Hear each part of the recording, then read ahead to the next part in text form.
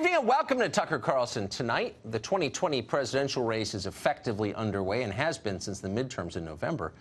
The most formidable candidates have not officially announced yet. They want to be fashionably late to the party, but it's obvious who they are. Their shadow campaigns are busy lining up donors, ginning up publicity, and trying in general to seem impressive. The most vigorous contender in this group is Robert Beto O'Rourke of Texas. O'Rourke nearly beat Ted Cruz in a Senate race this fall, you'll remember. Democrats love him for that. Affluent progressives on the coast love him best. He's one of them. In the betting markets, O'Rourke is now the favorite to win the Democratic nomination. 2 years from now, he plausibly could be sitting in the Oval Office. So it's worth taking Beto O'Rourke seriously. What kind of president would he be? Well, at this point, we can only guess. We do know that, like most people in his social class, he is totally against border walls. We'll fight when necessary against a president who's focused on building walls. No wall is going to solve legitimate security concerns. Then perhaps you can be forgiven for thinking that a wall is going to solve a problem. We in El Paso are ashamed of this now, but this is going to be one of those moments where the folks in Germany look back on the Berlin Wall, or the United States looks back on its project to intern Japanese Americans during World War II.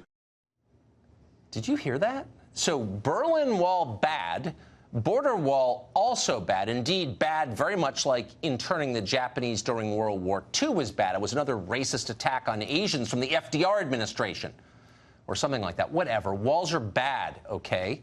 So far, that's been about the sum total of what we know about Beto O'Rourke's policy views. That, and he also went to the dentist recently. We know because he put it on Instagram.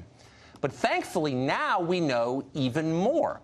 O'Rourke just did a 2-hour-long interview with a reporter from Jeff Bezos' Washington newspaper, the Washington Post, which, like O'Rourke himself, is a full-time mouthpiece for guilty rich people.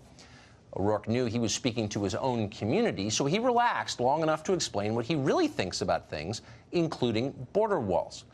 Walls are bad, O'Rourke explained, not just because they intern perfectly decent Japanese people, but because they literally commit murder, or rather, we commit murder when we build walls. As O'Rourke put it, if you construct a barrier along our southern border, quote, you will ensure death.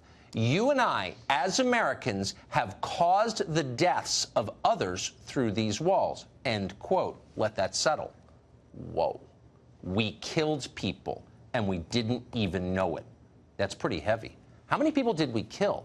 Should we turn ourselves into the authorities or prepare for life on the lam? Do we need new passports, cosmetic surgery? Does Paraguay have an extradition treaty? So many questions. The real question, though, is what the hell is Beto O'Rourke talking about? To be fair, it's not like he's pretending to know. O'Rourke makes it perfectly clear that he has no idea what he's saying, and that's okay. He's not embarrassed about it. When the Washington Post asked O'Rourke what he would do about illegal aliens overstaying their visas, which is a huge part of our immigration crisis, he answered this way, quote, I don't know. Thank you, Mr. Spicoli. Please take your seat. Beto's not into details. Beto's into ideas, big ideas, ideas of the future, sweeping panoramic truths about being and personhood and new modes of authentic expression, the kind of stuff that would spill your bong water and blow your mind. Beto's not a micro guy. He's bigger than that. He's a transformer. And what Beto wants to transform next, after failing to transform Texas, is nothing less than the United States of America, starting with the beliefs this country was founded on. That's what he told Jeff Bezos' newspaper. Does this still work, he asked, this being America. And Beto isn't so sure. And so he asked the question that future historians will recognize as a pivot point in the life of this country. Can America, quote, still be managed by the same principles that were set down 230-plus years ago? And that's not a small question. The principles Beto refers to would include the Bill of Rights, freedom of speech, freedom of religion and assembly, the right to self-defense and a fair trial. Does any of that still matter? Or are those all just old ideas, stumbling blocks that are preventing people like Beto, good and brilliant people who went to Columbia and have beautiful weekend homes, from getting the power they need to turn this place into a truly awesome country? A country where skateboards outnumber SUVs and everyone is thin and has quality childcare. A nation that values hot yoga above football. A place where insensitive thoughts are banned and punished appropriately. Beto doesn't know the answer to those questions right now, but he's thinking about it.